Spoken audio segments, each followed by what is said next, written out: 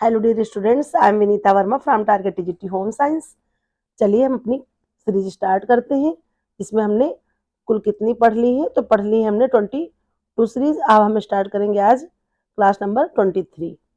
Okay, तो चलिए हमारी सीरीज का आज पहला प्रश्न, क्वेश्चन नंबर 1 है, मानव शरीर में पानी की कुल मात्रा का कितना प्रतिशत मौजूद होता है? ठीक है, क्या पूछ रहा है कि मानव शरीर में पानी का कुल जो है मात्रा कितने प्रतिशत मौजूद होता है ना। तो हमारे ऑप्शन है 50%, 60%, 70%, 80%। तो right answer is the option number B, 60% है ना। हमारे शरीर में जो पानी की कुल मात्रा है कितनी है? तो वो है हमारी 60%। और इतनी चीजें आप ध्यान रखिए कि देखिए हमारे ब्लड में कितना है। तो हमारे कह सकते हैं रक्त में, तो हमारे रक्त में पाया जाता है 80%। ठीक है, और वृक्क में, तो वृक्क में हमारे जो है कह सकते हैं 83%। ठीक है, आप लोग ये कहीं नोट कर लीजिए, जरूरी नहीं कि मान लीजिए पूरे मानव शरीर में पूछा गया है या फिर कहीं अलग पूछा जा सकता है। यकृत में कितना होता है? तो यकृत में हमारे होता है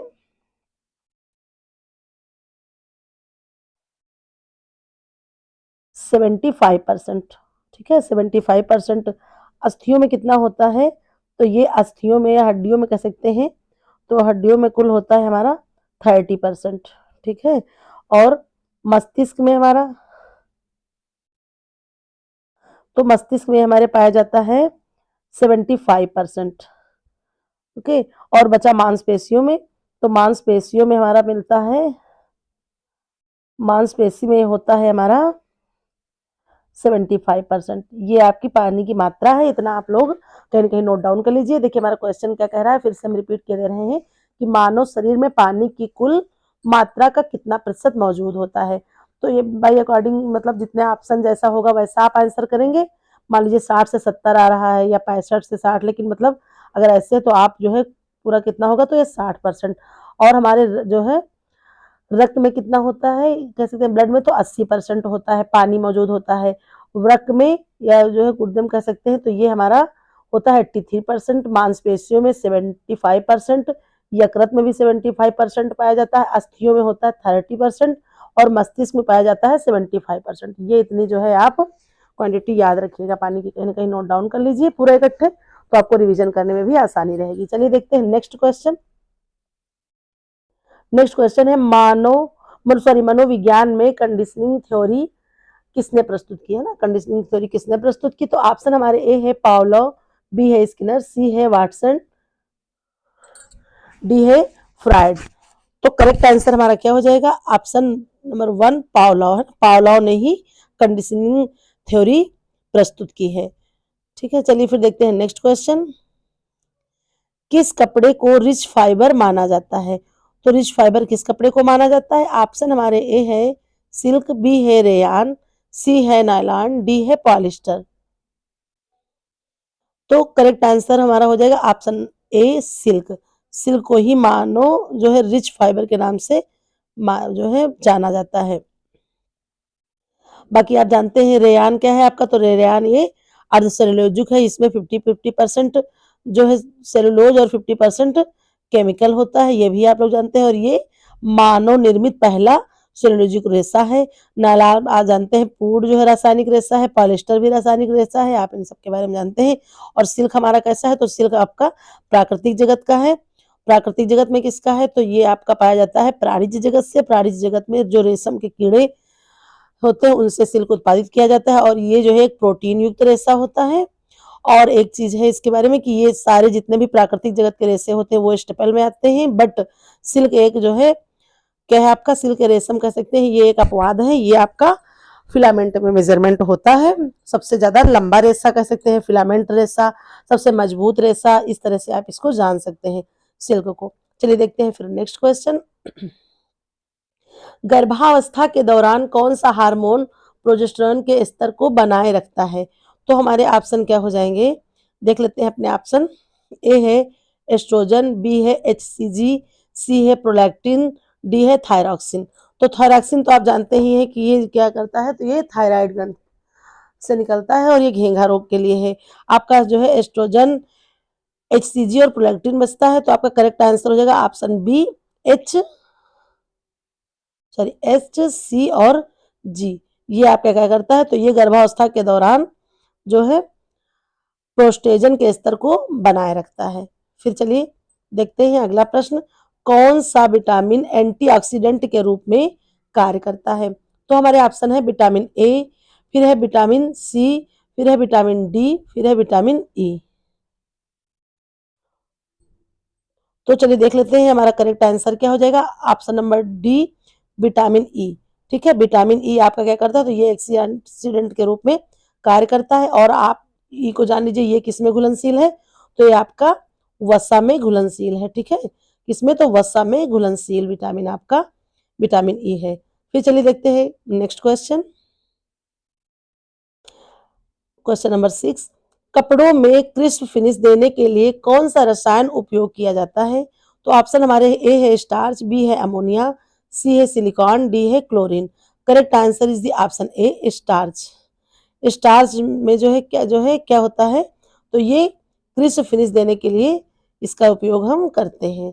फिर चलिए देखते हैं नेक्स्ट क्वेश्चन, स्पेशल एजुकेशन का उद्देश्य क्या है?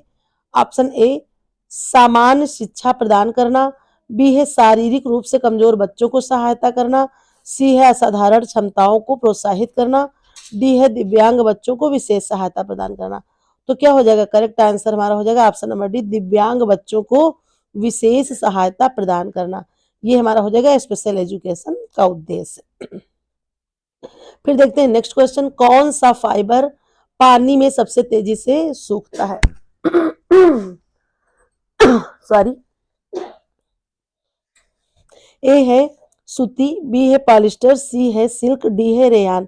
तो पानी में लिखा है, क्या क्वेश्चन पूछ रहा है, कौन सा फाइबर पानी में सबसे तेजी से सूखता है? यानी कि पानी में गीला होने के बाद फिर उसके बाद सबसे तेजी से कौन सा सूखता है, यहाँ पर लैंग्वेज थोड़ा सा आप समझने की कोशिश करेगा। तो करेक्ट आंसर हमारा क्या हो जाएगा, ऑप्शन बी पॉलिस्टर। ये जो है पानी में सबसे तेजी से सूखता है। फिर चलिए देखते हैं नेक्स्ट क्वेश्चन, कौन सा तत्व शरीर में हीमोग्लोबिन का निर्माण करता है? ऑप्शन है कैल्शियम, बी है जिंक, सी है आयरन, डी है पोटेशियम। करेक्ट आंसर हो जाएगा ऑप्शन सी आयरन। ये क्या करता है, तो ये हीमोग्लोबिन का निर्माण हमारे शरीर में करता है। फिर देखिए अगला प्रश्न है, कौन सा हार्मोन दूध उत्पादन को प्रोत्साहित करता है?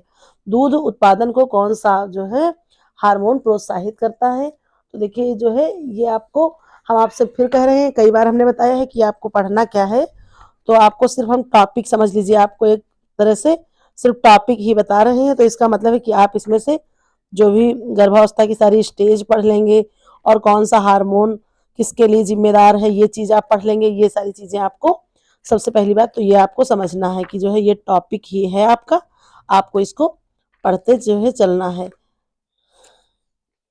फिर चलिए तो हम देख लेते हैं क्या क्वेश्चन कह रहा है। तो क्वेश्चन हमारा पूछ रहा है कि कौन सा हार्मोन दूध उत्पादन के लिए प्रोत्साहित करता है? तो ऑप्शन देख लेते हैं, ए है ऑक्सीटोसिन, बी है प्रोलैक्टिन, सी है थायरॉक्सिन, डी है इंसुलिन। तो इंसुलिन तो आप जानते ही हैं, ये किसके लिए, ये ब्लड में शुगर को जो है कंट्रोल करता है या शुगर को नियंत्रित करने में आपका मदद करता है। और फिर है हमारा थायरॉक्सिन, तो ये हो जाता है आपका हार्मोन उसके लिए जो है आपका घेंगा रोग के लिए। फिर ऑक्सीटोसिन और प्रोलैक्टिन बचता है, तो ऑक्सीटोसिन और प्रोलैक्टिन में एक होगा हमारा ऑप्शन नंबर बी हो जाएगा प्रोलैक्टिन। प्रोलैक्टिन हार्मोन क्या करता है, तो दूध उत्पादन में जो है सहायक है। फिर देखिए अगला क्वेश्चन देख लेते हैं, सर्फेक्टेंट का उपयोग किसके लिए किया जाता है? तो सर्फेक्टेंट का उपयोग किसके लिए किया जाता है? ऑप्शन ए है कपड़ों को सफेद बनाने के लिए, बी है सतह तनाव को कम करने के लिए, सी है गंध हटाने के लिए, डी है कपड़े नरम बनाने के लिए। तो करेक्ट आंसर हमारा क्या हो जाएगा, ऑप्शन नंबर बी सतह तनाव को कम करने के लिए। ठीक है, करेक्ट आंसर क्या हो जाएगा, सतह तनाव को कम करने के लिए। फिर चलिए देखते हैं अगला प्रश्न, हमारा अगला प्रश्न है क्वेश्चन नंबर 12, एक मिनट,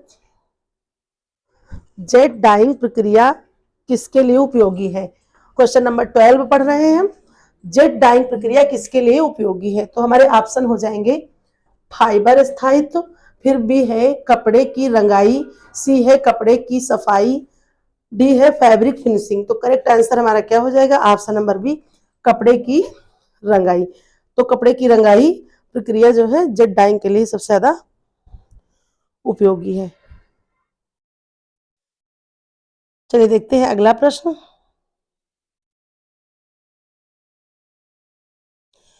कौन सा खाद्य पदार्थ प्रोटीन का प्रमुख स्रोत है?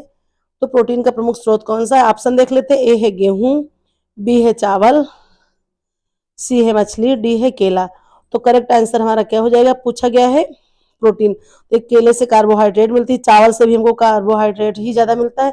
गेहूं में भी कौन सा प्रोटीन पाया जाता है? तो गेहूं में ग्लूटीन प्रोटीन पाया जाता है। बट पूछा गया प्रमुख स्रोत, तो हमारा आंसर हो जाएगा ऑप्शन नंबर सी, मछली। फिर चलिए देखते हैं अगला प्रश्न। किस प्रकार के फाइबर को जलाने पर प्लास्टिक जैसी गंध आती है? तो ऑप्शन हमारा क्या हो जाएगा? ए है सिल्क, बी है नायलॉन, सी है रेयान, डी है सूती। तो प्लास्टिक जैसी गंध किस में आएगी? तो प्लास्टिक जैसी गंध हमारी आती है, हमारा ऑप्शन हो जाएगा answer option number B, nylon. क्योंकि ये नायलॉन क्या है? तो ये आपका रासायनिक रेशा है, पूर्णतः जो है क्या है? तो रासायनिक कह सकते हैं, या जो है क्या कह सकते हैं? कृत्रिम। ठीक है, ये आपका कृत्रिम रेशा है, तो इसलिए ये इसमें प्लास्टिक जैसी आती है। और सिल्क में आप जानते हैं कि प्राणिज जगत का है, तो इसमें बाल के जलने की जैसी गंध आती है। और आपका रेयान हो गया, तो इसमें कागज के जलने की जैसी गंध आती है। ठीक है, और सूती हो गया, ये भी जो है इसमें भी कागज के जलने की जैसी लौ आती है। और कैसी? पीली लौ के साथ, ये पीली लौ के साथ आपका ये सूती जो है जलता है। तो इसलिए करेक्ट आंसर हमारा क्या हो जाएगा? नायलॉन। नायलॉन जो है किसके लिए? प्लास्टिक जैसी गंध आती है इसके जलने पर। चलिए फिर देखते हैं अगला प्रश्न। कौन सी प्रक्रिया कपड़े पर झुर्रियों को रोकती है? तो कौन सी प्रक्रिया कपड़ों पर जो है रोकती है? देखिए, ये बस टॉपिक यही है कि आपको जो है जितनी भी क्या है कपड़ों पर क्या की जाती है, जितनी भी प्रक्रियाएं होती हैं फिनिशिंग की, जितनी भी होती हैं, वो सारी आपको रिवीजन करना है। इसमें से क्वेश्चन बनने की पूरी संभावना रहती है। चलिए ऑप्शन देख लेते हैं। श्रिंक प्रूफिंग, बी है केस रेजिस्टेंस फिनिश, सी है मर्सरीकरण यानी कि मर्सराइजिंग, डी है ब्लीच या ब्लीचिंग। तो करेक्ट आंसर हमारा क्या हो जाएगा? पूछा क्या गया? कपड़ों पर झुर्रियों को रोकती, तो क्या हो जाएगा? Option number B, crease resistance finish. इससे जो है कपड़ों पर झुर्रियों को आने से रोकते हैं। ऐसी पर जो है परिसज्जा ऐसी कर देते हैं कि जिससे कपड़ों पर सिकुड़न या झुर्रियां नहीं आती हैं या ना के बराबर आती है। फिर चलिए अगला प्रश्न है, इको प्रिंटिंग किससे संबंधित है? तो इको प्रिंटिंग देख लेते हैं। ऑप्शन है पर्यावरण अनुकूल फैब्रिक डिजाइन, बी है जैविक खाद्य उत्पादन, सी है ऊर्जा संरक्षण, डी है डिजिटल प्रिंटिंग। तो करेक्ट आंसर हो जाएगा ऑप्शन ए, पर्यावरण अनुकूल फैब्रिक डिजाइन। पूछा गया इको प्रिंटिंग, तो प्रिंटिंग से हम जो है कपड़े पर क्या करते हैं? डिजाइन बनाते हैं। इको फ्रेंडली है तो ये पर्यावरण के अनुकूल, जो कि पर्यावरण को क्या करे? पर्यावरण को नुकसान ना पहुंचाए, नुकसान पहुंचाए बिना जो है कार्य करे, वो हो जाएगी आपकी जो है इको फ्रेंडली प्रिंटिंग। या कोई भी चीजें है इको फ्रेंडली होती है वो जो पर्यावरण को नुकसान ना पहुंचाए। फिर चलिए देखते हैं अगला प्रश्न। बाल विकास में ऑब्जेक्ट परमानेंस किस अवस्था में विकसित होता है? ऑप्शन देख लेते हैं। ए है शैशवावस्था, बी है बचपन, सी है किशोरावस्था, डी है वयस्कता। तो ऑब्जेक्ट परमानेंस किसमें होता है? तो देख लेते हैं आप हमारे ऑप्शन, शैशवावस्था, बचपन, किशोरावस्था, वयस्कता। तो करेक्ट आंसर हो जाएगा ए, शैशवावस्था। फिर चलिए बढ़ते हैं आगे, देखते हैं अगला प्रश्न। कौन सा रसायन कपड़ों की रंगाई के लिए बंधक के रूप में कार्य करता है? तो जो है बंधक का मतलब कपड़ों पर जो बहुत ज्यादा मजबूती ले, रंग को रंगाई प्रक्रिया में जो है कपड़ा पर रंग बंध जाए मजबूत। तो करेक्ट आंसर हमारा हो जाएगा क्लोरीन, बी है अमोनिया, फिर है एलम, डी है सल्फर। तो क्या हो जाएगा? करेक्ट आंसर हो जाएगा हमारा ऑप्शन नंबर सी, एलम। फिर देखिए अगला प्रश्न है, भोजन में यूएमी स्वाद किसमें आता है? यूएमी स्वाद किसमें आता है? तो देखिए देख लेते हैं। ऑप्शन है चीनी, लवण, ग्लूटामेट्स, प्रोटीन। तो करेक्ट आंसर क्या हो जाएगा हमारा? Option number C, glutamates. इससे क्या आता है? अमित स्वाद जो है भोजन में आता है। फिर देखिए अगला प्रश्न है, गर्भावस्था में आयरन की कमी से कौन सा जोखिम बढ़ सकता है? तो आयरन की कमी से कौन सा जोखिम बढ़ सकता है? तो देख लेते हैं, ऑप्शन है उच्च रक्तचाप, एनीमिया, थायराइड समस्या, मधुमेह। तो आप जानते हैं बार बार हम रिपीट कर रहे हैं कि हाई उच्च रक्तचाप का मतलब हाई ब्लड प्रेशर, तो इसके लिए आपका जो है सोडियम की अधिकता जिम्मेदार होगी, मधुमेह के लिए इंसुलिन जिम्मेदार होगा, थायराइड समस्या के लिए थायरॉक्सिन हार्मोन, तो बच रहा आपका एनीमिया, करेक्ट आंसर आपका हो जाएगा। फिर चलिए देखते हैं अगला प्रश्न, कौन सा फाइबर जलरोधी नहीं है? तो जलरोधी फाइबर कौन सा नहीं? पॉलिस्टर हो गया, नायलॉन, रेयान, एक्रिलिक। तो करेक्ट आंसर हमारा हो जाएगा ऑप्शन सी रेयान। ठीक है, रेयान हमारा जलरोधी नहीं है। फिर देखिए देखते हैं अगला प्रश्न, दूध को उबालने पर सतह पर बनने वाली परत का मुख्य घटक क्या है? ऑप्शन है लैक्टोज, प्रोटीन, वसा। जो परत बनती है ऊपर तो किसकी बन जाती है? फिर डी है पानी। तो करेक्ट आंसर क्या हो जाएगा? Option B protein. चलिए फिर देखते हैं, और दूध आप जानते ही हैं उबालने में क्या है, वो जो है। फिर है अगला प्रश्न, सी सिकल सेल एनीमिया का कारण क्या होता है? सिकल सेल एनीमिया का कारण क्या होता है? ऑप्शन देख लेते हैं, आयरन की कमी, हीमोग्लोबिन का दोषपूर्ण उत्पादन, विटामिन सी की कमी, रक्त संचार की समस्या। तो करेक्ट आंसर हमारा क्या हो जाएगा? ऑप्शन नंबर बी, हीमोग्लोबिन का दोषपूर्ण उत्पादन। यानी कि हीमोग्लोबिन का जब दोषपूर्ण उत्पादन होता है तो फिर सिकल सेल एनीमिया का ये जिम्मेदार होता है। चलिए देख लेते हैं अगला प्रश्न, फूड सेफ्टी के लिए हैकअप, है ना, HACCP, हैकअप का मतलब क्या होता है? ऑप्शन देख लेते हैं, hazard analysis critical control point, फिर है health analysis critical control producer, फिर सी है hazard awareness critical check procedure procedure, फिर डी है hygiene analysis critical check point. तो करेक्ट आंसर हमारा क्या हो जाएगा? Option A hazard analysis critical control point ना। हैकअप का मतलब यही होता है हमारा कि hazard analysis critical control point. फिर देख लेते हैं अगला प्रश्न,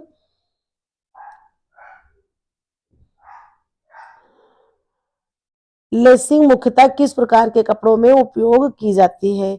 तो किस प्रकार के कपड़ों में की जाती है? ए है स्पोर्ट वेयर, बी है सजावटी कपड़े, सी है ऊनी वस्त्र, डी है दैनिक पहनावे।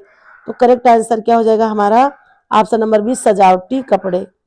सजावटी कपड़े में लेसिंग का मुख्यतः उपयोग किया जाता है। फिर देख लेते हैं अगला प्रश्न, बाल विकास में कंफ्लिक्ट रेजोल्यूशन कौशल कब विकसित होता है? ए है बचपन, बी है किशोरावस्था, सी है शैशवावस्था, डी है वयस्कावस्था या वयस्कता। तो करेक्ट आंसर क्या हो जाएगा? ऑप्शन नंबर बी किशोरावस्था। चलिए फिर देखते हैं अगला प्रश्न, गर्मी में किस प्रकार के कपड़े पहनना बेहतर है? प्रश्न देख लेते हैं, ऑप्शन देख लेते हैं, पॉलिस्टर,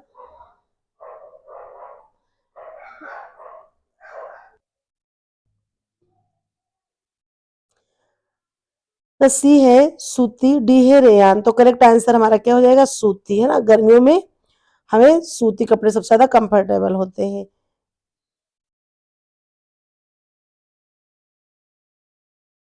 एक मिनट,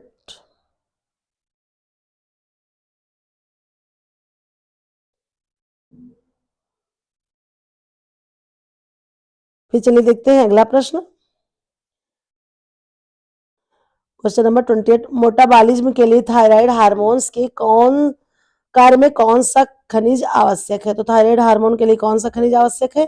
ऑप्शन देख लेते हैं, कैल्शियम, पोटेशियम, आयोडीन, फास्फोरस। तो करेक्ट आंसर क्या हो जाएगा? आयोडीन। आयोडीन जो है थायराइड हार्मोन्स के लिए जिम्मेदार है। और कैल्शियम आप जानते ही हैं कि हड्डियों के लिए सबसे ज्यादा जो है आवश्यक है। फिर देखते हैं अगला प्रश्न, कपड़ों की रंगाई में फिक्सेटिव का उपयोग किसके लिए किया जाता है? फिक्सेटिव का उपयोग आप जान रहे हैं, सबसे पहले ही फिक्सेटिव से ही पता चला कि किसी चीज को फिक्स करना है। नहीं भी पढ़े आप तो थोड़ा सा समझेंगे तो आंसर आपका हो जाएगा। ऑप्शन है रंग स्थिर करने के लिए, कपड़े को मुलायम बनाने के लिए, सी है गंध हटाने के लिए, डी है सिकुड़न कम करने के लिए। तो करेक्ट आंसर हमारा क्या हो जाएगा? ऑप्शन ए रंग स्थिर करने के लिए। है ना, फिक्सेटिव का प्रयोग हम करते हैं। फिर चलिए देखते हैं अगला प्रश्न, कौन सा विटामिन रक्त का थक्का जमने में मदद करता है? ऑप्शन देख लेते हैं, विटामिन ए, बी है विटामिन के, विटामिन डी, सी है फिर विटामिन डी। तो रक्त का थक्का जमने में कौन सा विटामिन डी मदद करता है? तो ऑप्शन हो जाएगा बी, विटामिन के। विटामिन के जो है क्या है, तो ये रक्त का थक्का जमने में मदद करता है। और आपका ये किसमें, तो ये आपका वसा में घुलनशील विटामिन है। फिर चलिए देखते हैं, आगे बढ़ते हैं, अगला प्रश्न, कौन सा खाद्य पदार्थ लो ग्लाइसेमिक इंडेक्स का उदाहरण है? ऑप्शन देख लेते हैं, ए है आलू, बी है ब्राउन राइस, सी है सफेद चावल, डी है गन्ना। तो करेक्ट आंसर क्या हो जाएगा लो ग्लाइसेमिक इंडेक्स के लिए? Option B, brown rice. और ये जो है किसके लिए, तो मधुमेह, ठीक है, आप समझ रहे हैं ना, मधुमेह के रोगियों के लिए सबसे ज्यादा महत्वपूर्ण या कह सकते सबसे ज्यादा आवश्यक होता है, लाभदायक होता है, क्योंकि इससे क्या हम तो जो है आपका मधुमेह कंट्रोल में रहता है। सॉरी। फिर चलिए देखते हैं अगला प्रश्न,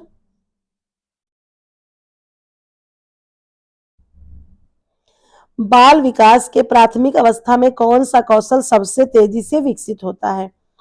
क्या पूछ रहा है, फिर से देख लेते हैं, बाल विकास के प्राथमिक अवस्था में कौन सा कौशल सबसे तेजी से विकसित होता है?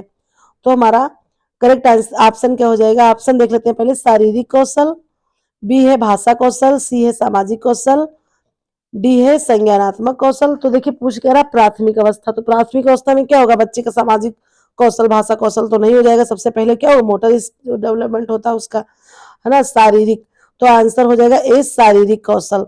वो जो है शारीरिक कौशल उसके अंदर सबसे पहले विकसित होता है, हाथ पैर बच्चा चलाता है, ये चीजें। फिर देखिए अगला प्रश्न है, रेशम के कपड़े को धोने में किस प्रक्रिया का उपयोग किया जाना चाहिए? तो देख लेते हैं ऑप्शन, गर्म पानी में धोना, ठंडे पानी में धोना, washing machine sorry machine wash, या साबुन में भिगोना। तो करेक्ट आंसर क्या हो जाएगा, ठंडे पानी में हाथ से धोना, मशीन का प्रयोग भी नहीं करेंगे, हाथ से धोएंगे, किसमें, ठंडे पानी में, क्योंकि क्या है, तो ये एक प्रोटीन जनित रेशा है ना, प्रोटीन जनित है, तो इसमें क्या होगा, गर्म पानी में धोएंगे तो इसके रेशे बहुत ज्यादा कमजोर हो जाएंगे, इसलिए हमको इसको सॉरी ठंडे पानी से हाथ से धोना चाहिए। फिर देख लेते हैं अगला प्रश्न, ग्लूटेन किस अनाज में पाया जाता है? अभी हमने ऊपर बताया भी था आपको। ऑप्शन है चावल, मक्का, गेहूं, जौ। तो करेक्ट आंसर क्या हो जाएगा हमारा, ऑप्शन नंबर सी, गेहूं। गेहूं में ग्लूटेन पाया जाता है। फिर देखिए देखते अगला प्रश्न देख लेते हैं, कपड़ों पर टफ फिनिश किससे संबंधित है? कपड़ों पर टफ फिनिश किससे संबंधित है? तो ऑप्शन हमारे हैं, जलरोधकता, बी है झुर्रिया रोकना, ठीक है, एक मिनट, बी है क्या आपका, झुर्रिया रोकना,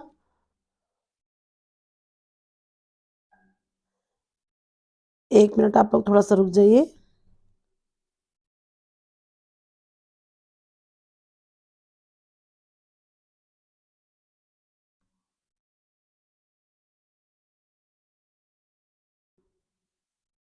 चलिए आते हैं, जलरोधकता, बी है झुर्रिया रोकना, सी है स्थायित्व, डी है रंग गाढ़ा करना। तो करेक्ट आंसर हमारा क्या हो जाएगा, ऑप्शन नंबर सी, स्थायित्व, है ना, टफ फिनिश का मतलब होता है कि स्थायित्व, इससे जो है स्थायित्व बढ़ता है। फिर देखिए अगला प्रश्न देख लेते हैं, मानव शरीर में ग्लूकोज का स्तर कौन नियंत्रित करता है?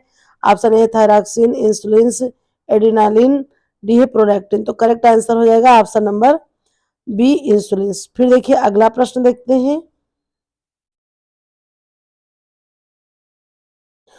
कौन सा कपड़ा जल्दी सिकुड़ने की प्रवृत्ति रखता है? तो ऑप्शन देख लेते हैं, नायलॉन, पॉलिस्टर, रेयान, सूती। तो आप जानते हैं कि ये जो है नायलॉन और पॉलिस्टर आपके क्या हो जाते हैं, तो ये आपके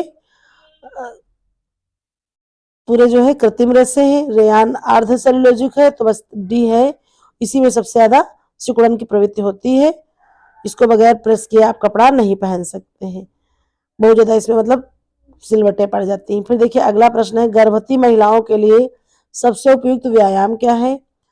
तो ऑप्शन देख लेते हैं, weight lifting, high intensity workout. तो देखिए सी है वॉकिंग, डी है योगा। तो करेक्ट आंसर आपका क्या हो जाएगा? वेट लिफ्टिंग बिल्कुल भी नहीं हो सकता है ना। हाई इंटेंसिटी वर्कआउट में भी समस्या आ सकती है। योगा भी अगर हल्का फुल्का करें तो डॉक्टर की सलाह से शुरुआती दिनों में, बाकी जो है वॉकिंग जो है आपका करेक्ट आंसर हो जाएगा। फिर चलिए देखते हैं अगला प्रश्न। अगर यहाँ पर वॉकिंग नहीं होता तब हम योगा को कर सकते थे। फ्लेम रिटार्डेंट फिनिश कपड़ों में किससे बचाता है? ऑप्शन देख लेते हैं। पानी, बी है झुर्रियां, सी है आग, डी है फफूंद। तो करेक्ट आंसर हो जाएगा ऑप्शन सी, आग, है ना। फ्लेम रिटार्डेंट फिनिश किससे बचाता है कपड़ों को? तो आग से ये बचाता है। फिर देख लेते हैं अगला प्रश्न, और आज की सीरीज का आखिरी प्रश्न भी होगा, है ना। ग्रेडिंग प्रक्रिया किसके लिए उपयोगी है? क्या प्रश्न पूछा? ग्रेडिंग प्रक्रिया। ऑप्शन ए है कपड़े की सफाई, ऑप्शन बी फैब्रिक पैटर्न में माप बदलने, ऑप्शन सी रंग स्थायित्व, ऑप्शन डी है धुलाई में सिकुड़न रोकने के लिए। तो देखिए क्या पूछा जा रहा है, ग्रेडिंग। तो करेक्ट आंसर हो जाएगा ऑप्शन बी, फैब्रिक पैटर्न के माप बदलने में हम इसका जो है उपयोग करते हैं। किसका? ग्रेडिंग का। हम भाई ग्रेडिंग के द्वारा किसी भी फैब्रिक पैटर्न में माप बदलने का प्रयोग करते हैं। चलिए इस तरह से हमारी आज की सीरीज कंप्लीट हुई। न्यू ईयर पे हम 2 दिन थोड़ा सा इधर उधर, तबीयत भी बहुत कम ठीक ही थी और व्यस्तता भी थी थोड़ी, इसलिए कोई क्लास नहीं दे पाए आप लोगों को, उसके लिए सॉरी। और अब जो है 1-2 दिन कंटिन्यू रहने के बाद शायद हो सकता है फिर कुछ और हमें अपना पर्सनली काम है तो हो सकता है फिर हम प्रोवाइड ना करा पाए। फिर भी जितनी सीरीज हमने बता दी है आप लोग उसको रिवीजन करते रहिए। हो सके तो अपना उसको अपना स्पीड थोड़ा सा कम करके सुन लीजिए ध्यान से, कहीं कहीं नोट डाउन करते रहिए। इस तरह से आप पढ़ते रहिए अपना रेगुलर। फिर हम जुड़ेंगे अपनी नई सीरीज के साथ, नई क्लास के साथ। उसके अलावा एक हमने और भी कुछ चीज़ें इस पर वर्क किया है कि हम पूरा टाइम टेबल बना दें, सेट कर दें कि किस दिन क्या क्या पढ़ना है पूरा। उस पर भी हम एक वीडियो आपको जल्दी ही प्रोवाइड कराएंगे, और हो सकेगा तो उस वीडियो के अकॉर्डिंग अगर आप लोग कहेंगे, जैसा सजेशन देंगे, तो उसको हम पढ़ा भी देंगे एक एक क्लास के तौर पे, या फिर उसमें पूरा सा हमने टाइम टेबल सेट कर दिया है। और आप लोग उसको अपने हिसाब से, भाई कोई वर्किंग है, किसी फैमिली में कैसी है इस समस्याएं, तो उस हिसाब से आप लोग अपना टाइम टेबल अपने हिसाब से सेट बना, हमने दिया शेड्यूल कि किस दिन आपको कितना क्या पढ़ना है, बाकी आप सेट अपने हिसाब से कर लीजिए। और इस हिसाब से देखिए ठंड है, ठंड में बिल्कुल भी पढ़ाई करने का मन नहीं करता। सारा दिन काम करने के बाद बैठना, फिर से कोई मोटिवेशनल वीडियो देख लेना, फिर एकदम तेज से बैठ जाना कि हाँ हम पढ़ेंगे, थोड़ी देर पढ़े, कुछ देर बाद बस मन करता है कि लाइए चलिए चादर तो तान के सो जाएं, मतलब कम्बल में घुस जाए रजाई में, क्योंकि आजकल कम्बल रजाई ही अच्छी लगती है। तो ये सारी समस्याएं हैं। तो पूरी जनवरी अगर ऐसा हम करेंगे तो पूरी जनवरी तो हमारी ऐसे ही जाने वाली है। तो क्या हम इस जनवरी को ऐसे ही जाने देंगे? अगर ऐसे ही जाने दिए तो फिर बहुत समस्या आ जाएगी हमारे पास, फिर हमारा रिवीजन सही से हो नहीं पाएगा। इसलिए हमको ठंड को दरकिनार करना है और अगली ठंडी में हमको बढ़िया मस्ती के साथ सोना होगा जब हम अपना सिलेक्शन ले लेंगे। इसलिए इस बार आप ठंडी तो बिल्कुल ना ही मनाइए। मेरी रिक्वेस्ट है आप लोगों से कि जरूर से जरूर आप समय निकाल के पढ़ते रहिए, अपना रिवीजन करते रहिए। नहीं, अगर ऐसी नहीं हो पाएगा तो फिर हमारा जो पिछला किया हुआ संघर्ष है वो व्यर्थ जाएगा। इसलिए एक एक दिन, एक एक घंटा, एक एक मिनट आपके लिए बहुत ही महत्वपूर्ण होने वाला है आगे। तो आप लोग अपना मतलब खुद ही आप लोग समझदार हैं कि आप लोगों को क्या करना है, क्योंकि जनवरी कैसे निकलेगी कुछ समझ भी नहीं आएगा। आधी फरवरी तक का ऐसा ही मौसम रहने वाला है। फिर आपके पास बचेगा, फरवरी भी ऐसे निकल जाएगी, बचेगा मार्च। इसलिए समय का सदुपयोग करें। और देखिए नोटिफिकेशन रोज रोज आ ही रहे हैं, परीक्षा की डेट बिल्कुल नजदीक आ रही है, तो इसीलिए आप तैयारी में अपनी बने रहिए, स्वस्थ रहिए, मस्त रहिए, और अपने अकॉर्डिंग आप तैयारी करते रहिए। ठीक है, चलिए फिर मिलते हैं नेक्स्ट वीडियो में। तब तक के लिए bye bye, thank you for watching.